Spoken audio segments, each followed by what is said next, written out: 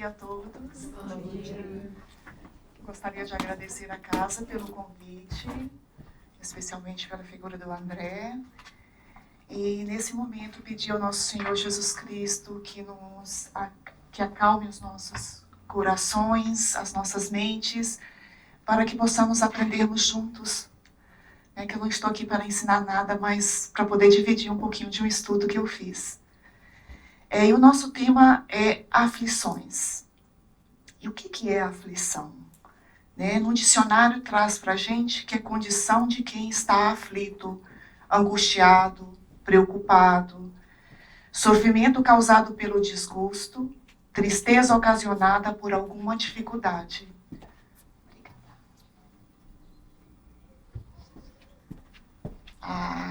Quem de nós nunca passou por uma aflição? Talvez nesse momento a gente esteja passando por algo, né? E quantas pessoas que a gente conhece rompem com Deus pelo fato de estar passando por algum sofrimento, né? Blasfema, reclama, não sabe o porquê. E quando perdemos algum ente querido, ou uma doença, ou uma dificuldade financeira, e que a gente não consegue compreender por que a gente está passando por isso. Algumas pessoas perguntam, por que Deus está fazendo isso comigo? Será que já falamos isso quando passamos por algum sofrimento? Outros falam ou pensam, se Deus existisse, Ele não permitiria certas dores que ocorrem com algumas pessoas.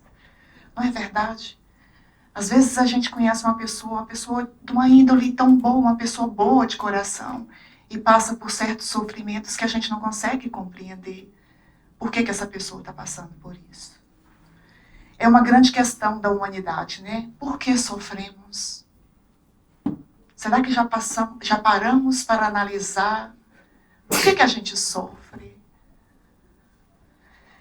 Quando examinamos a vida do berço ao túmulo, fica difícil da gente compreender o sofrimento, vocês não acham? Por que algumas pessoas sofrem tanto e outras pessoas passam a vida sem muitas dores, sem muitos sofrimentos? Tem crianças que nascem desde o berço sofrendo, às vezes perde o pai ou a mãe, passam por situações financeiras difíceis, fora as doenças. Por exemplo, o câncer. E a gente fica sem compreender. E a gente olha para aquela criança e fala, mas tão pequeno ainda. Por que tanto sofrimento? E todos nós, em algum ponto da nossa vida, a gente vai passar por alguma aflição. Né? E aí a gente se pergunta, se Deus existe, Ele vê a dor? Ele acompanha o nosso sofrimento? E se acompanha, por que permite que a gente sofra? E o mais intrigante de tudo é que a gente vê certas pessoas de um caráter bem duvidoso ter uma vida bem tranquila. E outras com a vida tentando sobreviver, lutando com a parte financeira, lutando com a saúde. E daí, algumas respostas nos foram dadas durante esse tempo todo que a gente vive. Falaram pra gente que nós temos o paraíso eterno. Mas aí a gente pensa, por que aqueles que sofrem tanto vão para esse paraíso? Mas aqueles que têm uma vida bem tranquila vão para o mesmo paraíso? Onde fica a justiça de Deus nisso tudo? Vocês já pararam para pensar nisso, gente? Assim, a gente às vezes fica assim, mas como assim? Por que todos vão para o mesmo lugar, sendo que uns sofrem tanto e outros têm uma vida bem tranquila, correm tudo bem? E daí, em 1857, o nosso governador espiritual, pela bondade do nosso Pai Maior, delibera que enviaria ao mundo o Consolador prometido, cuja missão seria esclarecer e consolar os corações que sofrem. De que maneira? Dando explicações racionais, claras, diretas, objetivas, proporcionando aos seres uma sensação real de que não estamos sozinhos, que nós somos acompanhados e amparados por seres que nos amam profundamente. E no momento de sofrimento, nós esquecemos disso. Mesmo nós, espíritas, que acreditamos nisso, a gente se esquece. E às vezes pensa, poxa, Deus me abandonou. Quando a gente passa por uma dor extrema, um sofrimento difícil de passar. Mas aí o papel do Espiritismo na nossa vida é nos esclarecer e nos consolar. Nos esclarece de que forma? De que existem várias vidas. Essa não é a primeira vida que a gente vive. Né? E aí, principalmente no capítulo 5 do Evangelho segundo o Espiritismo, de todas as obras de Kardec, né, maravilhosas, nós temos um em especial que nos toca o nosso coração, que é o Evangelho segundo o Espiritismo, que nos acalenta, que nos consola.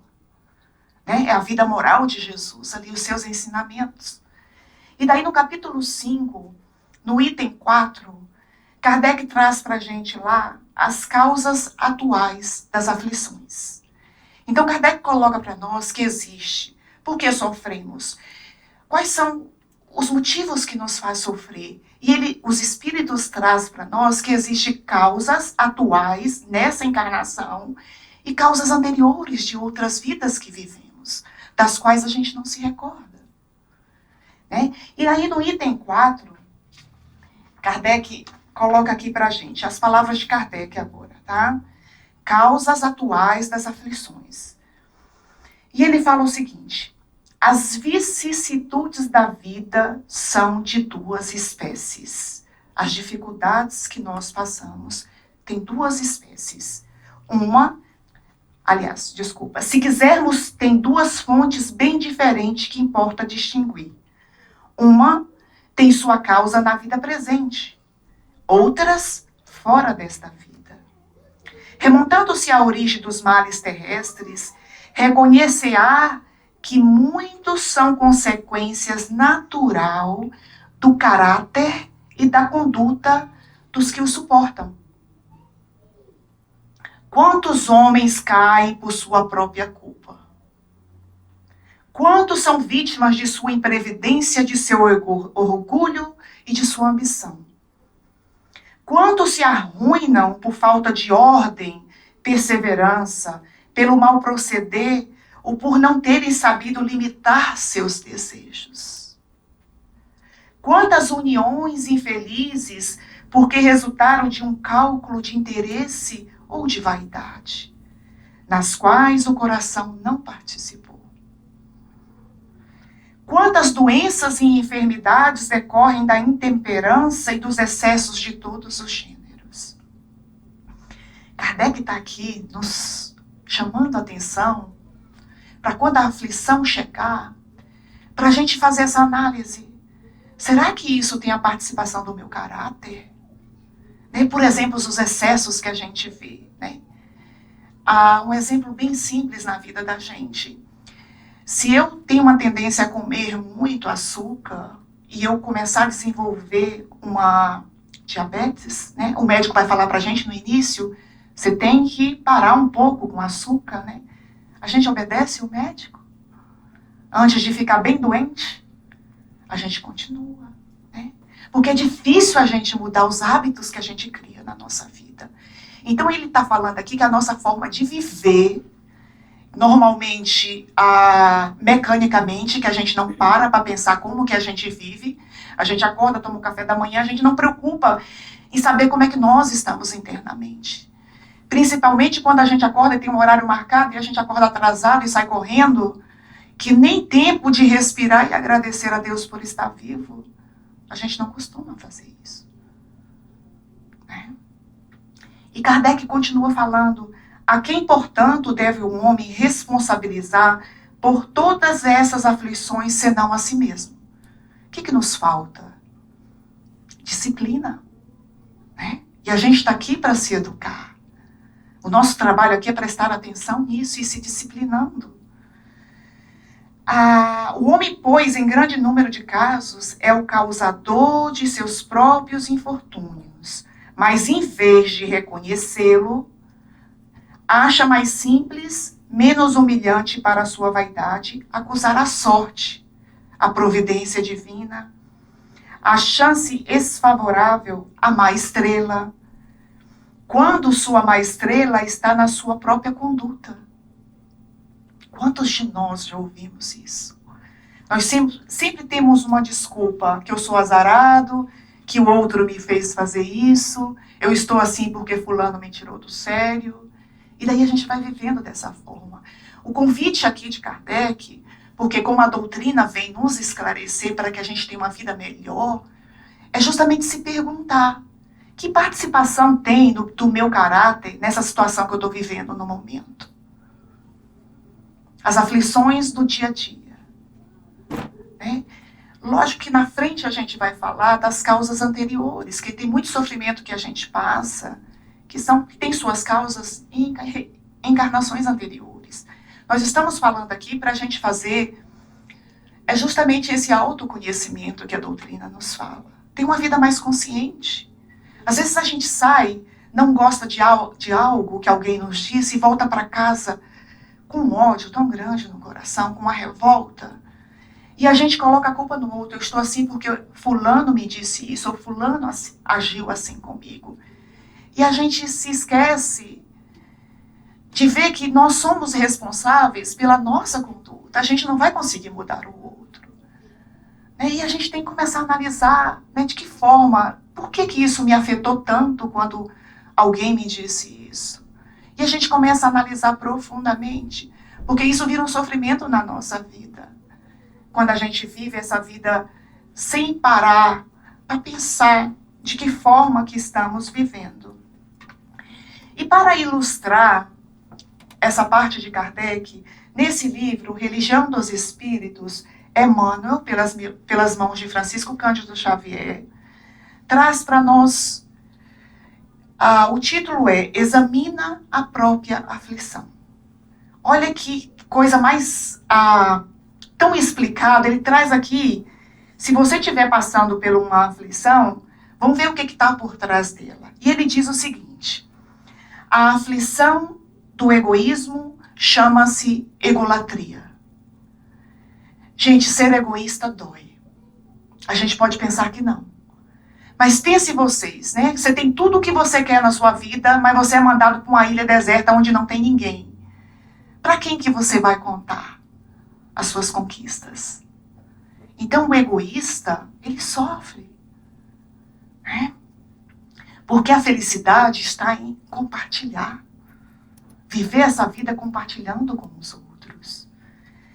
E ele segue. A aflição do vício chama-se delinquência. A criatura começa usando um pouquinho de droga. E a gente não sabe do nosso histórico em outras vidas qual são as minhas tendências. Aí ela usa um pouquinho de droga, daqui a pouco quando ela vê, ela já está roubando para comprar a droga. Nos leva à delinquência quando a gente tem algum vício. A aflição da agressividade chama-se cólera. Já tiveram momentos de cólera? Onde a gente perde as estribeiras, o controle, e a gente fala o que não deve? Às vezes nos arrependemos e outras vezes não. Mas vou contar aqui para vocês. A cólera só faz mal para a pessoa. Prejudica o fígado, ataca o estômago, afeta o sistema nervoso e o pior de tudo, gente, nos deixa mais velho. Nos dá rugas quando a gente tem um ataque de cólera. Nos deixa mais velho. E ele segue falando. A aflição do crime chama-se remorso. Porque está na consciência de cada um. Quando a gente faz algo errado, que não é nem um crime, uma coisinha assim, a gente não sente aquele certo remorso, a nossa consciência nos cobrando. E ele continua. A aflição do fanatismo chama-se intolerância. A aflição da fuga chama-se covardia. A aflição da inveja chama-se despeito. Quando a gente encontra alguma pessoa que é altamente invejosa, ou quando isso tá, a gente tem consciência de que a gente tem inveja dentro de nós, o invejoso ele sofre muito. Que primeiro, ele não consegue mais reconhecer o valor daquilo que ele já tem. Porque o pensamento dele está no outro, o que o outro está adquirindo. Então ele não consegue ser feliz com aquilo que ele já adquiriu.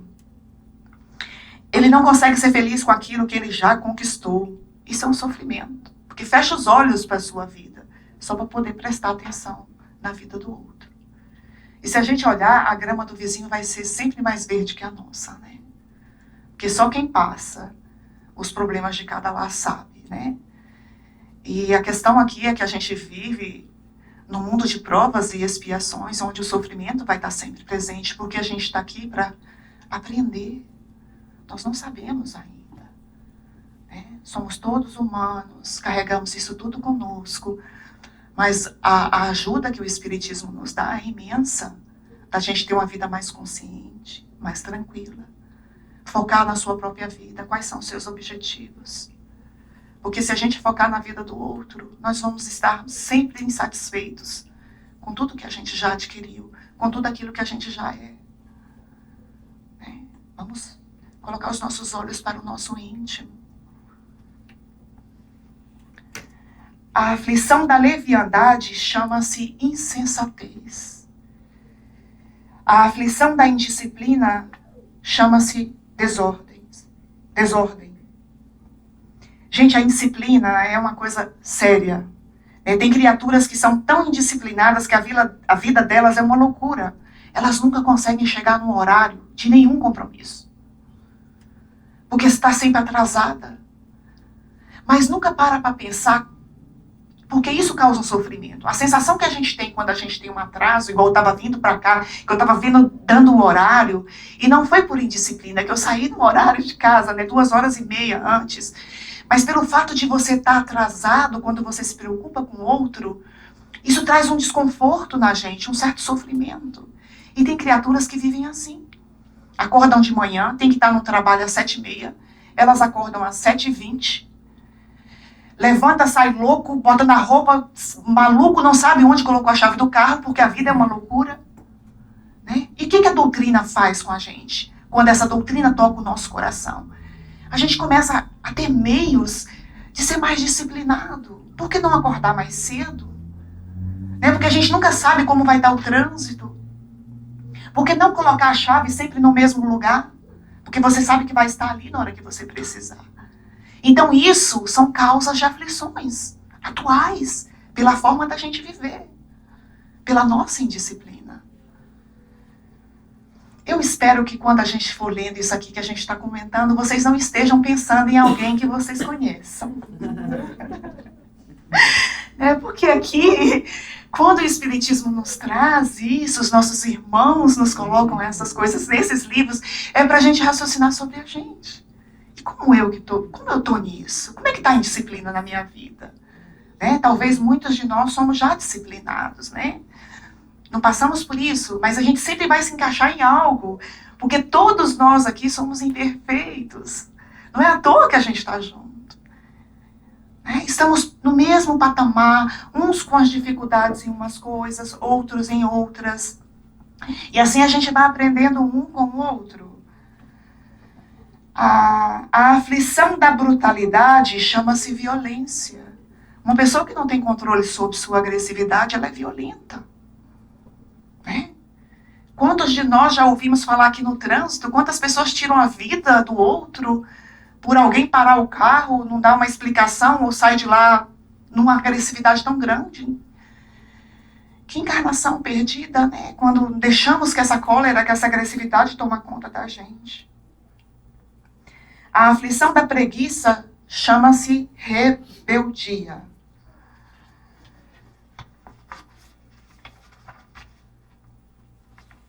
Vamos lá. A aflição da vaidade chama-se loucura. Quando nos deixamos ser vaidosos demais, acabamos ficando loucos. O momento que a gente está vivendo agora, né? Lógico que a gente precisa se cuidar. Mas em excesso, isso vira uma loucura. Porque nunca vamos estar satisfeitos do jeito que a gente se apresenta. Tem sempre algo a mudar. Porque a gente está sempre se comparando com o outro que está acima de nós. A gente nunca se compara com aqueles que estão um pouquinho abaixo. É uma insatisfação eterna. Né? O problema do envelhecimento é uma coisa que a gente tem que prestar atenção, senão a gente se deixa levar pela vaidade e não tem fim. Nós estamos falando aqui de excessos, tá, gente? A gente não está falando de você se cuidar. Né? De coisas excessivas. Tem pessoas que não dormem pensando que tem que fazer não sei quantas plásticas, né? Será que estamos passando por isso? Como é que anda essa vaidade em nós? A aflição do relaxamento chama-se evasiva. A aflição da indiferença chama-se desânimo. A criatura que é indiferente, ela não se importa com nada. De repente, ela é tomada por um tédio insuportável. A pessoa que não está aí para nada, indiferente a tudo, o tédio vai tomar conta dela e ela não suporta. Porque a gente está aqui, nós precisamos nos apaixonar por algo, ter algo que a gente goste muito de fazer. E todos os dias a gente pode descobrir algo que a gente pode aprender, que pode trazer vida para a gente. Experimentar novas coisas, né? Saudáveis, que vão nos fazer bem. E dessa forma a gente vai fazendo um certo trabalho de prevenção contra esse tédio, para não cair também na depressão. Né? Porque a gente vai ficando indiferente a tudo. Tem que ter cuidado com isso. Isso é uma aflição que nós causamos. A aflição da inutilidade chama-se queixa. Vocês já perceberam que as pessoas que não fazem nada são as que mais reclamam? Reclamam de tudo. Porque se estivesse fazendo algo, não teria tempo para estar reclamando, né? E nós nos viciamos em queixar das coisas e a gente não percebe. Vai gerando... Esse hábito vai ocorrendo conosco e a gente vai gostando disso e a gente se vicia na queixa. A aflição da impaciência chama-se intemperança. A aflição da sovinice chama-se miséria. Sovinice, todos sabem o que é, né? Pão duro. Traduzindo Emmanuel aqui. Né? Ele vive numa verdadeira miséria. Ele pode possuir bens, a conta cheia de dinheiro, mas ele vive na miséria. Porque ele não consegue desfrutar das coisas que ele já adquiriu. A aflição da injustiça chama-se crueldade. E ele termina assim: cada criatura tem a aflição que lhe é própria. A aflição do reino doméstico e da esfera profissional no raciocínio e do sentimento. Então trazemos tudo isso conosco, no nosso interior, que a gente está aqui justamente para trabalhar. Mas para fazer isso, gente, é preciso muita coragem. Nós precisamos de honestidade para conosco mesmo. Porque não é uma coisa fácil. Né? Alguém nos ofende, a gente volta para casa e fala: poxa, por que me ofendeu dessa forma? Mas aí buscar dentro de si, interiormente. Nós não podemos modificar o outro. Mas nós podemos fazer algo. De que forma que a gente está recebendo isso?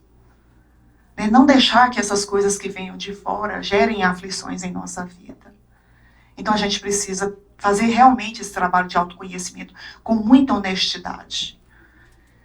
Um exemplo claro dessa inveja é quando a gente está no Instagram, no Facebook, e você está lá passando e daqui a pouco você vê algo que gera uma inveja tamanha, que parece que a vida do outro é tão perfeita e eu passo por tantos problemas. E aquilo interiormente você vai ficando mal e você não sabe o porquê. E na hora a gente tem que identificar isso. Será que não seria que eu estou com inveja dessa pessoa? E voltar para si, para os seus objetivos de vida, que são bem diferentes dos outros. E aí a gente vai conseguindo apaziguar isso na gente. Da próxima vez que ocorrer, isso vai estar menor, num grau menor. E aí a gente vai crescendo dessa forma. Vai tendo mais tranquilidade internamente. Porque a gente não vai retirar uma dificuldade que a gente tem assim tão fácil. Mas nós podemos amenizar isso. Porque a gente possa viver uma vida mais tranquila. Né? Com o coração mais leve. Então, o Espiritismo, na condição do Consolador prometido, esclarece e consola nossas dores. O primeiro ponto que ele esclarece é a maior parte das nossas aflições. Eles nos afirmam isso, né? Que a gente causa aqui nessa vida mesmo. E aí o Espiritismo nos propõe uma renovação moral, esse prestar atenção no seu jeito de ser, uma transformação do caráter. Propõe uma absorção de valores morais e espirituais que vão pacificar os nossos corações. Por que a gente vem no centro? Por que a gente participa dos estudos? É como se a gente recarregasse a nossa bateria. A gente sempre ouve algo bom, algo novo que a gente possa levar para a nossa vida. Mas que não fique só na nossa mente. É necessário que a gente coloque nos nossos corações. E aí ele vai nos dar sabedoria para a gente viver melhor. E por isso, diante de um sofrimento, devemos nos perguntar: o meu caráter, o meu jeito de ser, contribuiu em quantos por cento para que eu esteja passando por esse sofrimento? Contribuiu em quê?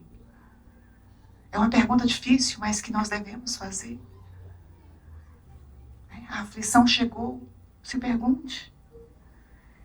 E no livro Céu e Inferno, Kardec traz para nós que cada imperfeição moral que trazemos há um sofrimento. Então toda imperfeição que a gente traz nos gera sofrimento. Aí ele traz aqui na capítulo 7, na primeira parte, Código Penal da Vida Futura.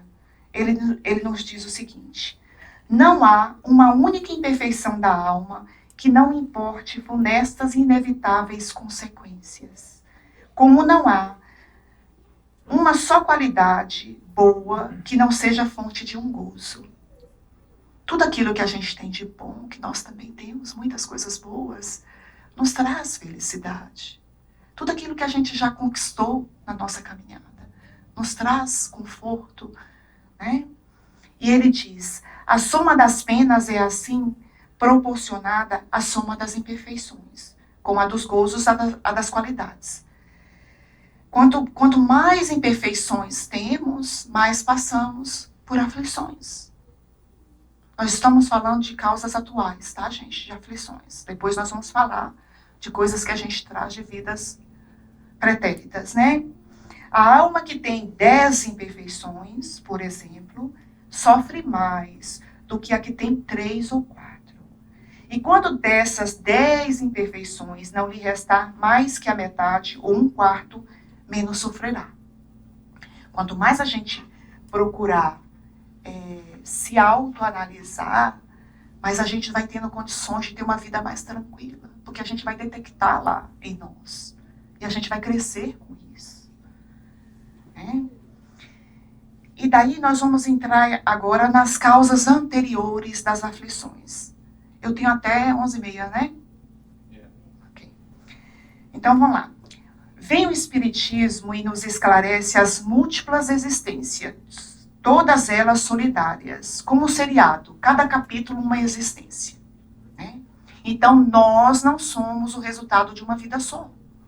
Acho que todos nós que estamos aqui no centro, nós sabemos disso. O nosso problema é que quando a gente passa por aflição, a gente esquece. Qualquer sofrimento, a gente esquece disso. Talvez hoje nós estamos vivendo uma dor imensa de que a gente foi preparado por 800 anos para passar por isso hoje. Porque hoje nós estamos preparados para passar por isso. Já pensaram nisso? Uma doença séria? Talvez seja o momento que você está mais forte para poder passar por essa situação. Todas as nossas existências estão interligadas. Elas são solidárias. Por exemplo, quando olhamos uma criança, talvez passando por uma situação difícil, e a gente sempre se equivoca de pensar só nessa vida. Nossa, tão pequeno, já está passando por isso. Quanto sofrimento. O desencarne de uma criança, às vezes a gente olha e fala, tinha tanta vida pela frente. E a gente esquece que todos nós temos um planejamento. Todos nós não nascemos, não somos jogados aqui sozinhos, não. Todos nós temos um planejamento. E que na maioria das vezes nós participamos dele. E quando a gente está do outro lado, a gente pede para encontrar o pior inimigo, ter como marido aquele que nos assassinou, um exemplo bem extremo que eu estou dando, tá? Filhos difíceis com doenças, e os espíritos falam, não, tenha só 2 para você, né, passar por isso e tal. Não, eu quero logo 4, manda 4 que eu vou dar conta. E quando chega aqui, que a aflição chega, a gente se desespera. Fala, meu Deus, mas criatura, os espíritos devem falar para a gente, você pediu. E daí no livro Ceifa de Luz, aquela coleção de Emmanuel do Vinha de Luz, Fonte Viva, né? No Ceifa de Luz, Emmanuel traz para a gente aqui aflição e tranquilidade. E ele diz o seguinte, no limiar do berço, pede a alma dificuldades e chagas, amargores e cicatrizes. Entretanto, recapitulando de novo as próprias experiências do plano físico, torna a concha obscura do egoísmo e da vaidade, equistando-se na mentira e na delinquência. Foi justamente isso que eu falei. Quando chega o problema, a gente quer se livrar dele. Meu Deus, me ajuda, porque eu não estou dando conta. Né? E daí mesmo essa criança que está lá, a gente tem que pensar que ela viveu, não é que você vai pensar, ela está passando por isso que fez muito mal. A questão aqui não é essa. É você olhar e tirar esse véu dessa vida só. Que existe um planejamento, que existe algo por trás daquela criança estar passando por aquilo, que existe algo da gente estar passando por uma doença que não tem cura. Existe um planejamento para isso que você participou. Mas a certeza que a gente tem que ter, por isso que o Espiritismo nos consola, é de que nós nunca estamos sozinhos. Nunca. Nós temos Jesus lutando para que a gente dê certo. Nós temos os nossos anjos da guarda. Nós temos aqueles que já participaram da nossa vida, que nos amam profundamente, que torcem para que a gente tenha a força de conseguir tudo aquilo que a gente planejou. E Emmanuel diz, aprendiz recusando a lição ou doente abominando o remédio. Em quase todas as circunstâncias, o homem persegue a fuga que lhe adiará indefinidamente realizações planejadas. Essa questão do planejamento. Existe um planejamento e nós participamos disso. Que a gente está aqui para eliminar os nossos vícios, as nossas imperfeições, pagar os nossos débitos. E que isso é importante a gente lembrar nos momentos que a gente passa por algum problema. E ele nos aconselha, valoriza a aflição de hoje, aprendendo com ela a crescer para o bem, que nos burila para a união com Deus. Porque o mestre que te propõe a escutar, o nosso mestre Jesus, que a gente está aqui seguindo, ao invés de facilidade, quando ele veio aqui, no imediatismo da terra, preferiu para ensinar-nos a verdadeira ascensão, a humildade da manjedoura, o imposto do serviço constante aos necessitados, a incompreensão dos contemporâneos, a indiferença dos corações mais queridos e o supremo testemunho do amor em plena cruz da morte. Então, quando Jesus veio aqui, todos nós sabemos disso. Teve uma vida super difícil, né? Mas ele veio preparado para justamente nos dar o exemplo de que a gente também pode, como ele. Basta que a gente procure valorizar as coisas verdadeiras. Se analisa quais são realmente os nossos verdadeiros valores. Será que a gente está aqui numa colônia de férias? Queríamos nós estar, né? Mas a vida aqui é de muito trabalho. Né? E lembrar sempre que a gente não está sozinho. Então nós podemos dizer que para enfrentar aflições que têm suas causas em vidas anteriores, nós precisamos colocar o Espiritismo em nossos corações. Porque se estiver só na nossa cabeça, a gente não vai aguentar. No momento do sofrimento extremo, não adianta palavras, não adianta explicações. Um exemplo claro disso, você vai num velório, uma mãezinha está enterrando o seu filho, você vai conversar com ela, vai dar uma palestra falando das vidas anteriores, causas das vidas anteriores. Não, a gente vai consolar. Não precisa dizer nada. Basta que a gente esteja ali naquele momento. Conta que Chico Xavier, vocês todos sabem disso, ele recebia muitas mães que perderam seus filhos, né? E dizem nessa noite que ele já tinha atendido umas 200 mãezinhas já, chegou essa mulher chorando, desesperada, e falou com ele: Chico, perdi meu filho. Chorando tremendamente, Chico Xavier sentou ao lado dela, abraçou ela e começou a chorar junto. E todo mundo ao redor pensando, né? Poxa, Chico não vai dar um recado, não vai falar das causas, das vidas anteriores, por que ela está passando por isso. Chico ficou chorando com ela, abraçado, por 15 minutos. E ao terminar, ela se acalmou, Chico também enxugou as lágrimas, e ela virou para o Chico e falou: nossa, eu nunca fui tão consolada na minha vida. Nos momentos extremos, do sofrimento que vem de causas anteriores, a gente precisa de consolo. A gente precisa do carinho do outro, do afago do outro, não de palavras. E para que a gente traga esse consolo para o outro, nós precisamos colocar o Espiritismo dentro dos nossos corações. Tirar do nosso intelecto, né? Porque a gente tem tantas palavras, né? E a gente precisa colocar no nosso coração. E aí tem uma frase de Emmanuel que ele diz o seguinte: a inteligência sozinha é como uma placa no deserto, indicando a direção ao peregrino sedento e desorientado. O peregrino lê a placa, se orienta, mas morre de sede no caminho. O sentimento, a bondade, o amor sozinho é como um poço de água no deserto. O peregrino sedento e desorientado vem, mata a sua sede, mas se perde porque está desorientado.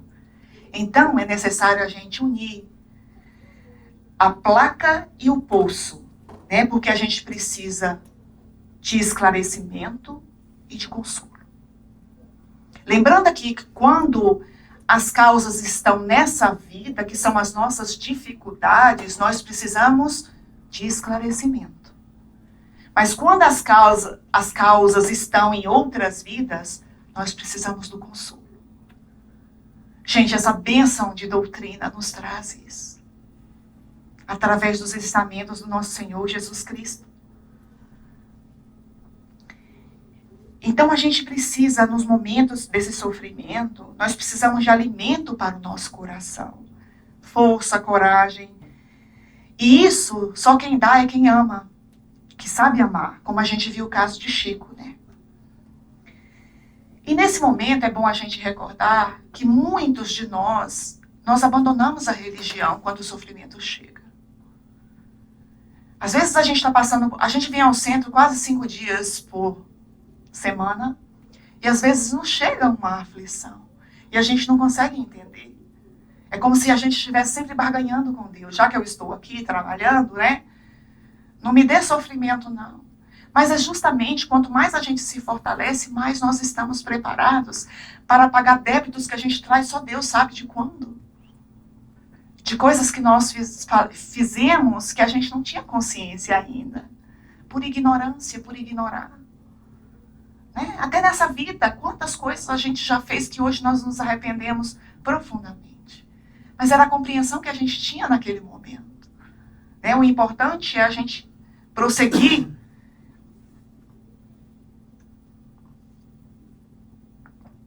Então a questão é quando uma aflição vem do passado e nos alcança nessa vida, só tem um remédio.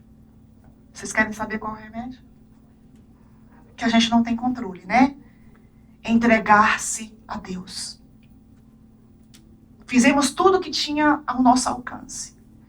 O que a gente tem que fazer? Entregar na mão de Deus. Né? Porque as circunstâncias da vida podem mudar. Muitas coisas podem acontecer. Naquele momento você não vê uma solução para aquilo, mas muitas coisas podem acontecer.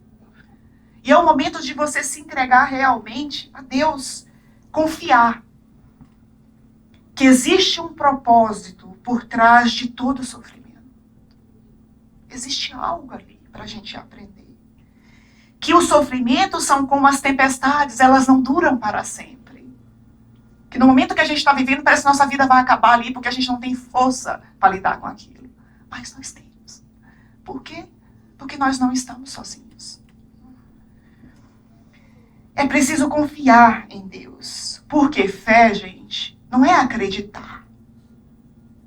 Quando a gente acredita, eu acredito em Deus. Vem um problema, a gente começa a blasfemar com Deus. Por que isso está me acontecendo? Fé é quando você se entrega a Deus. Confia. Fiz tudo o que podia. Agora está nas suas mãos, Senhor. Conta uma historinha que o pai e a filha estavam sentados. E aí a filha perguntou, papai, o que é fé? A criança devia ter uns 6 anos de idade. E o pai olhou, como é que eu vou explicar para essa menina o que é ter fé? Aí ele lembrou, ele tinha um porão em casa. Ele desceu com a menina no porão, apagou todas as luzes, deixou a menina na escada, tipo no meio ou no quarto degrau, e desceu. A menina não via nada. E ele falou com ela, minha filha, você me ouve? E ela falou, sim, papai. Você está me vendo? Não. Pula, minha filha, agora. E a menina pulou. E aí ele acendeu a luz e falou, filha, isso é ter fé. Porque quando nós chegamos nos abismos das nossas dores, onde não tem mais nada o que fazer, nós precisamos pular, no sentido figurado, nas mãos de Deus. Nos entregar completamente nas mãos dele. Porque não há nada que a gente possa fazer.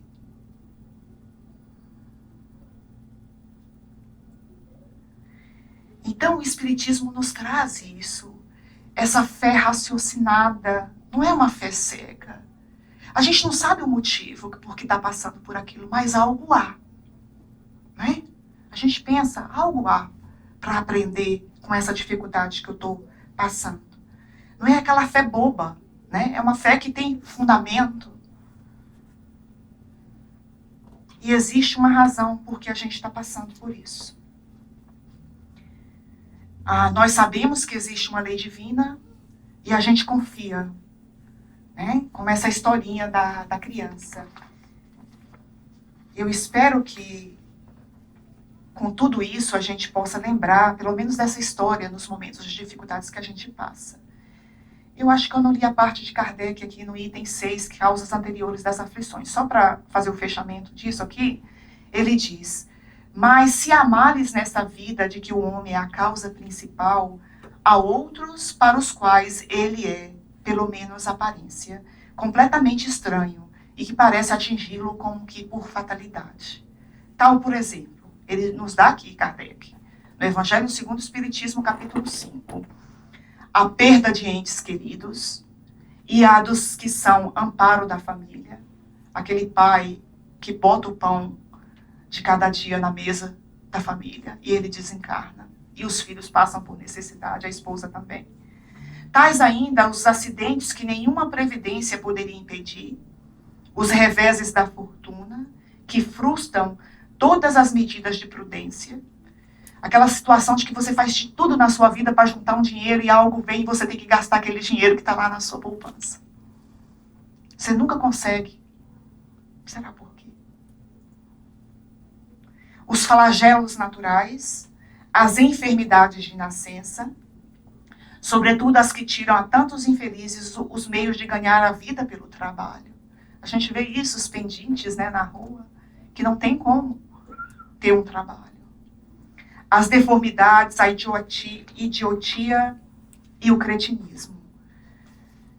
Só vou ler mais um pedacinho. Todavia, em virtude do axioma, segundo o qual todo efeito tem uma causa, tais misérias são efeitos que devem ter uma causa. E desde que se admita um Deus justo, essa causa também deve ser justa. Ora, como a causa sempre precede o efeito, se a causa não se encontrar na vida atual, há de ser anterior a essa vida. Isto é, deve estar numa existência precedente. Isso aqui vem nos confirmar, né? E a gente tem que realmente lembrar disso. Nós não somos o resultado só dessa vida, gente. Já tivemos várias vidas. Né? Como explicar tantos dons que a gente traz? E hoje em dia a gente vê criança com 3 anos de idade tocando piano. Lindamente. Né? Se a gente pesquisar, existem vários casos desses. E as coisas que a gente tem uma facilidade em fazer e outras que a gente tem tanta dificuldade. Uma vida só é muito pouco para a gente conhecer uma pessoa e gostar tanto dela. Tem aquele amor profundo. Uma vida só é muito pouco para a gente olhar outra e querer ter distância dela. E a gente não sabe nem o porquê. Como não acreditar nisso? Né? 5 minutinhos, então vamos aqui. E para encerrar, eu vou trazer aqui o Evangelho de Mateus, capítulo 11, versículo 28 a 30. E Jesus nos fala. Não será pecado, você não vai contrair débito kármico se passar uns minutinhos para concluir o assunto. Tá bom, André. Obrigada, mas eu acho que eu tô ok. Então vamos passar para a parte final, onde a gente traz essa passagem do Evangelho de Mateus, que ele diz para nós: vinde a mim, todos os cansados e sobrecarregados, e eu vos darei descanso.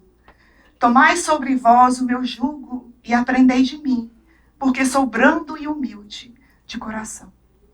E encontrarei descanso para vossas almas, pois meu jugo é suave e o meu fardo é leve. Eu acho lindo isso.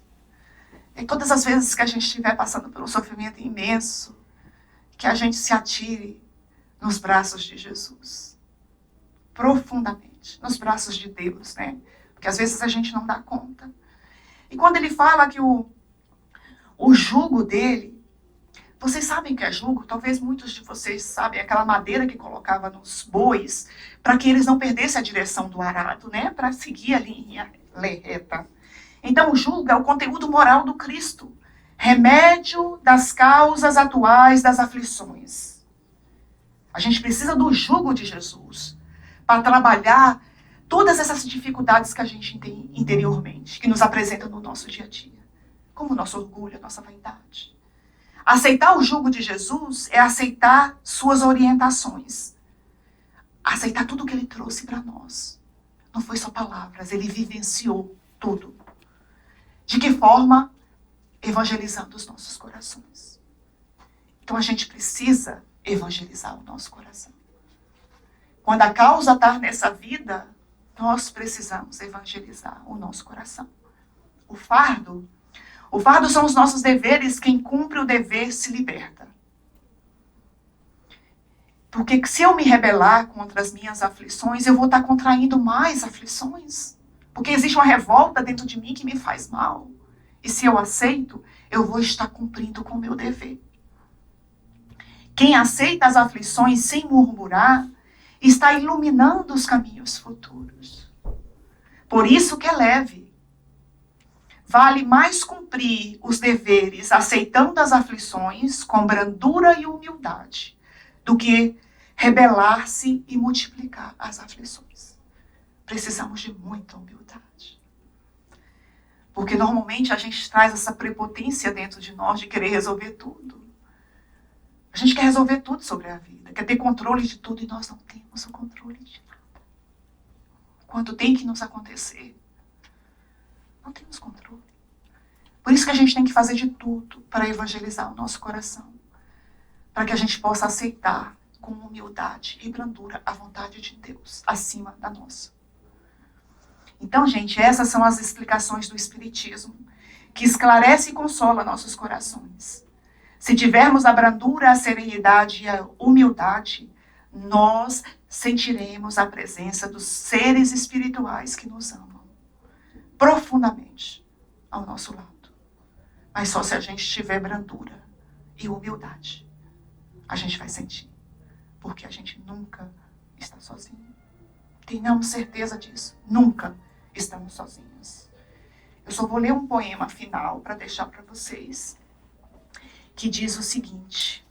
É um poema de Maria Dolores, do livro Assembleia de Luz, pelo médium Francisco Cândido Xavier. Ah, coração fatigado, na aflição que te vigia, nunca te percas da fé, trabalha, espera e confia. Por mais lutes, mais avanças, em triste, espinhosa via, não esmoreças, contudo, trabalha, espera, confia. Cada hora te parece nova dor que se anuncia. Não te afundes em revolta, trabalha, espera e confia. Já não sabes o tamanho da prova que te assedia? Mesmo assim, prossegue à frente, trabalha, espera e confia. Encontras a cada passo desprezo, descortesia, desculpa servindo mais. Trabalha, espera e confia. Entre os seres mais amados, padeces desarmonia, não faltes a paciência. Trabalha, espera e confia. Sonhaste calma aventura e sofres em demasia, no entanto, aguarda o futuro. Trabalha, espera, confia. Não temas, nem desesperes. Toda sombra é fugidia. O sol brilha, a nuvem passa. Trabalha, espera, confia. Para a cura de ansiedade, angústia, melancolia. Use a receita de sempre. Trabalha, espera e confia. Cada manhã Deus te fala, na bênção de novo dia. Se queres felicidade, trabalha, espera e confia. Muito obrigada pela atenção atenta de todos vocês, pelo carinho. Fiquem com nosso Senhor Jesus Cristo, que Ele possa continuar conduzindo as nossas vidas. Muito obrigada.